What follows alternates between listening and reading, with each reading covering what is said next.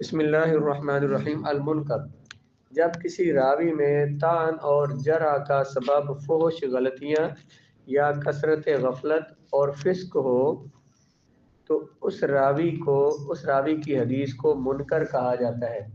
جب کسی راوی پر اعتراض اس وجہ سے ہو کہ وہ فحش غلطیاں کرتا ہے یا بہت زیادہ غافل ہے، کثرت غفلت کا معنی بہت زیادہ، یا فاسق ہے، تو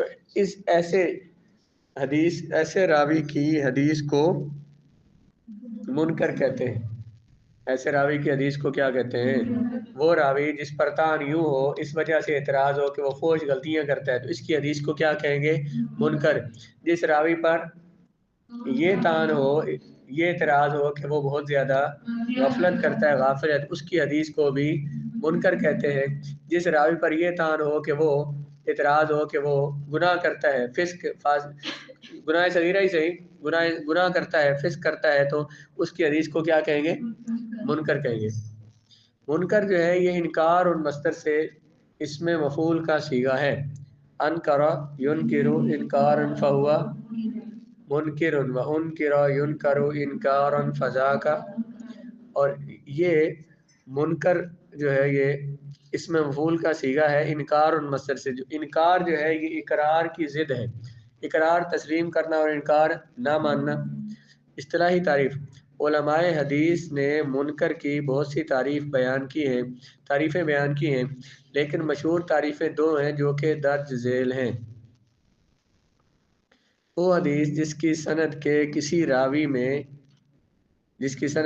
راوی میں فاحش غلطیاں ہوں اور علل اعلان ہوں۔ فاحش کا معنی بھی یہ ہوتا ہے ظاہر ہونا، تو علل اعلان کا معنی بھی ظاہر ہونا، جس کی غلطیاں ظاہر ہوں، یا انتہائی غفلت ہو، یا خلاف تقوی کام اس سے ظاہر ہوں۔ خلاف تقوی کام اس سے ظاہر ہو مطلب گناہ صغیرہ ہو یا کبیرہ ہو، تو ایسے راوی کی حدیث کو منکر کہیں گے، جس سے فاحش اور ظاہری غلطیاں ہوتی ہوں، یا انتہائی غفلت کا مرتکب ہو، یا خلاف تقوی باتیں اس سے ظاہر ہوتی ہوں۔ اس تعریف کو حافظ ابن حجر نے ذکر فرما کر دیگر محدثین کی طرف منسوب کیا ہے۔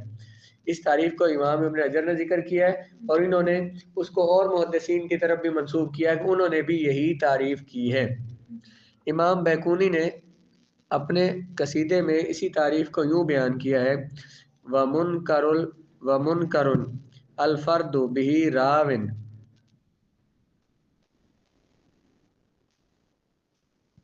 اس شعر کو یہاں پہ عربی اصل کتاب سے دیکھوں گا تو ترجمے سے تو بات سمجھ آ رہی ہے، لیکن جو اس کے عربی الفاظ ہیں ان میں تھوڑا سا لگتا ہے کہ کچھ الفاظ میں مسئلہ ہے۔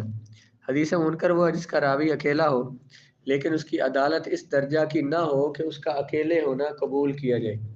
کوئی ایک راوی ہو اور کسی سند میں کسی ایک طبقے میں ایک راوی رہ جائے اور وہ عادل نہ ہو، اس کی عدالت اتنے بڑے درجے کی نہ ہو، وہ اتنا متقی نہ ہو کہ اس کی حدیث کو قبول کیا جا سکے۔ دوسری تعریف، وہ تعریف جو اصل تھی وہ پیچھے پوری ہو گئی، تعریف اول جو تھی ابن حجر کی بات سے پہلے۔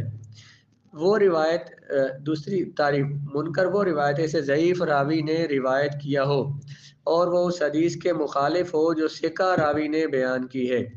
کوئی ضعیف راوی ایک حدیث بیان کرے اور اس کی حدیث کا معنی جو ہے وہ کسی ثقہ اور قابل اعتماد راوی کی حدیث کے خلاف ہو۔ معنی خلاف کیسے ہوگا؟ بھئی ایک حدیث میں ایک چیز کا حکم ہے، ایک چیز کا حکم دیا گیا، وہ بیان کر رہا ہے ایک ضعیف راوی، اور ایک اور ثقہ راوی جو ہے وہ جو اس پہلی حدیث میں جو حکم، جس حدیث کام کا حکم دیا گیا ہے، دوسرا ثقہ راوی وہ حدیث بیان کر رہا ہے جس میں اس حدیث سے اسی کام سے منع کیا گیا ہے۔ مخالف تب ہوگی نا، ایک حدیث میں ایک چیز کا ثبوت ہے اور کوئی اور راوی اسے حدیث کو بیان کر رہا ہے اور راوی اس سے زیادہ ثقہ ہے، اس میں اس راوی اس حدیث اس بات کی نفی ہے۔ تو یہ جو اپنے سے ثقہ راوی کی مخالفت کرے گا، مخالفت کیسے ہوگی؟ حدیث کے معنی میں مخالفت ہوگی کہ یہ ایک چیز کو ثابت کر رہا ہے اور اس سے زیادہ ثقہ راوی وہ حدیث بیان کر رہا ہے جس میں اس حدیث کا ثبوت، اس بات کا ثبوت نہیں ہے بلکہ اس کے نفی ہے۔ وہ روایت جسے ضعیف راوی نے روایت کیا ہو اور اس حدیث کے مخالف ہو جو ثقہ نے بیان کی ہے۔ یہ وہ تعریف ہے جسے حافظ ابن حجر ذکر کرنے کے بعد اس کو معتبر قرار دیا ہے، اور پہلی تعریف میں انہوں نے ایک قید کی زیادتی کی ہے اور وہ یہ ہے کہ ضعیف ثقہ کی روایت کی مخالفت کرے۔ جو پہلی جو بیان کی ہے نا تعریف، وہ کیا تھی؟ وہ حدیث جس کی سند میں راوی سے فاش غلطیاں اور اعلان غلطیاں ہوں، یا انتہائی اس میں غفلت ہو، یا خلاف تقویٰ باتیں اس سے ظاہر ہوں، اسی میں انہوں نے ایک بات یہ بھی زیادہ کی ہے کہ کیا کہ وہ اپنے سے زیادہ ثقہ راوی کی مخالفت کرتا ہو۔ حدیث منکر اور شاذ میں فرق۔ آگے ایک حدیث کی قسم آ رہی ہے شاذ، تو اس میں بھی یہی بات، اسی طرح کی بات بیان ہوئی ہے کہ جس میں اپنے سے زیادہ ثقہ راوی کی مخالفت کرے، لیکن ان دونوں میں تھوڑا سا فرق ہے۔ شاذ وہ روایت ہے جس میں مقبول اور ثقہ راوی جسے مقبول اور ثقہ راوی بیان کرے جس میں وہ اپنے سے بہتر اور اوسط کی مخالفت کر رہا ہو، اور منکر وہ ہے جس میں ضعیف اپنے سے ثقہ کی مخالفت کر رہا ہو۔ شاذ روایت کون سی ہے؟ ابھی منکر کی آخری تعریف کیا پڑھی ہے بلا؟ ضعیف راوی اپنے سے جو ثقہ راوی کی مخالفت کرے، اسے منکر کہتے ہیں۔ شاذ اسے کہتے ہیں جو راوی ثقہ ہو لیکن اپنے سے زیادہ ثقہ راوی کی مخالفت کرے۔ ضعیف راوی ثقہ راوی کی مخالفت کرے۔ ثقہ کون ہوگا؟ جو عادل ضابط راوی ہے، اس کی مخالفت کرے۔ تو ضعیف راوی عادل ضابط راوی ثقہ راوی کی مخالفت کرے، اس کی حدیث کو، اس ضعیف راوی کی حدیث کو کیا کہیں گے؟ منکر کہیں گے۔ اور اگر جو ایک راوی خود ثقہ ہے لیکن اپنے سے زیادہ ضابط، زیادہ عادل، زیادہ ثقہ کی مخالفت کرے، اس کی حدیث کو کہیں گے شاذ۔ شاذ وہ روایت ہے جسے مقبول اور ثقہ راوی بیان کرے جس روایت میں وہ اپنے سے بہتر اور اپنے سے زیادہ ثقہ راوی کی مخالفت کر رہا ہو۔ مقبول سے مراد وہ ہے جو کہ صحیح اور حسن کے راوی کو شامل ہو، یعنی عادل تام و ضبط، اور وہ عادل جس کا ضبط خفیف ہو۔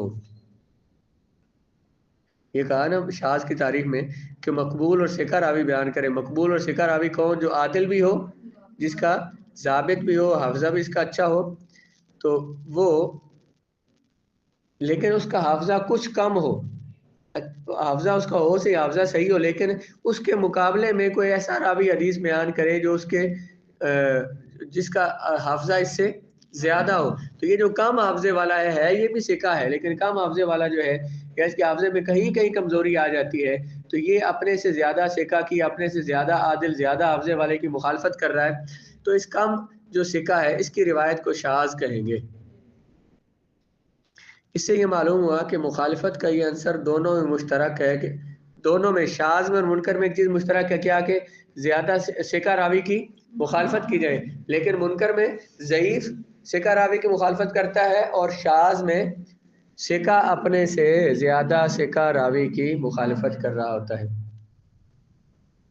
حافظ ابن حجر اسقلانی فرماتے ہیں کہ وہ شخص غافل ہے جو ان دونوں کو برابر سمجھتا ہے، یعنی اگر کوئی شاذ اور منکر حدیث کو برابر سمجھتا ہے تو اسے حدیث کا علم نہیں ہے، اسے علم حدیث، اصول حدیث کا علم نہیں۔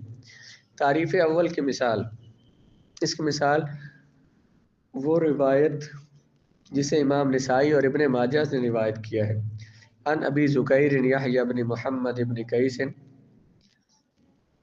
ابی زکیر جن کا نام کیا یحییٰ بن محمد بن قیس، وہ روایت کرتے ہیں ہشام بن عروہ سے، وہ روایت کرتے ہیں اپنے باپ عروہ سے، وہ روایت کرتے ہیں حضرت عائشہ سے مرفوعاً کہ کلوا البلح بالتمر، کہ آدھی پکی اور آدھی کچی جو کھجور ہے، یعنی کچی پکی کھجور کو تم کھا سکتے ہو، کھجوروں پکی کھجوروں کے بدلے میں۔ فإن ابن آدم اذا اکلہ غضب الشیطان، جب انسان اسے کھاتا ہے تو شیطان کو غصہ آتا ہے۔ امام نسائی فرماتے ہیں یہ حدیث منکر ہے، اسے اکیلے ابو زکیر نے بیان کیا جو کہ نیک صالح راوی ہیں، شیخ صالح ہیں، یعنی نیک عادل راوی ہیں۔ امام مسلم نے اس کی حدیث اس کو متابعات میں ذکر کیا ہے، لیکن یہ راوی مقام و مرتبہ کا نہیں کہ اس کی متفرد حدیث قبول کی جائے، یہ راوی اس مقام اور مرتبہ کا نہیں ہے کہ اس کی متفرد حدیث قبول کی جائے اور وہ صحیح اور مقبول سمجھی جائے۔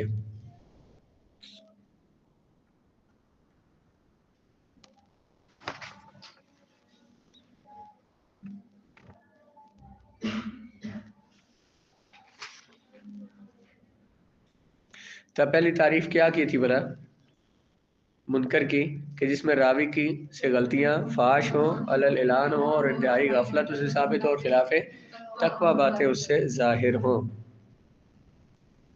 تو کہتے ہیں کہ یہاں پہ جو ابھی ہم نے مثال پیش کی ہے اس میں ابو زکیر جو راوی ہیں یہ اچھے ہیں، لیکن یہ اس مقام و مرتبہ کا نہیں کہ انہوں نے یہ حدیث صرف انہی سے روایت ہے، ان کے زمانے میں کسی اور نے حدیث بیان نہیں کی، تو اس اکیلے راوی سے یہ والی حدیث لی جائے، اتنے بلند مقام کے یہ نہیں ہے کہ ان کے عدل پر، ان کے ضبط پر اور ان کے ثقہ ہونے پر اتنا زیادہ اعتماد کیا جائے، یہ اس بلند درجے کے راوی نہیں ہے۔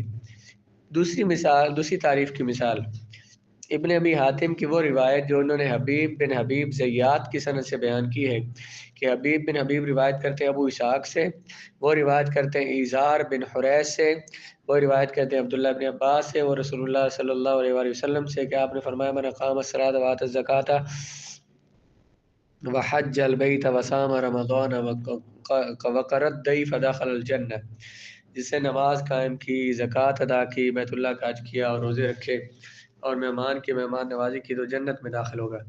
ابو حاتم فرماتے ہیں یہ حدیث منکر ہے کیونکہ حبیب بن حبیب کے بغیر دوسرے ثقات راویوں نے اس حدیث کو ابو اسحاق سے موقوف روایت کیا ہے جو کہ معروف ہے۔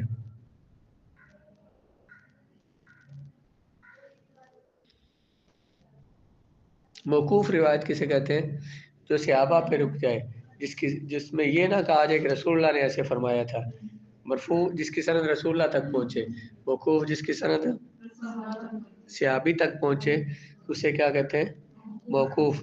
تو ابو حاتم فرماتے ہیں کہ یہ حدیث منکر ہے کیونکہ حبیب بن حبیب کے علاوہ دوسرے ثقہ راویوں نے اس کو ابو اسحاق سے بیان کیا ہے، ابو اسحاق سے موقوفاً بیان کیا، رسول اللہ تک اس کی سند نہیں پہنچائی، لیکن انہوں نے اس کی سند رسول اللہ تک پہنچائی ہے حبیب بن حبیب نے۔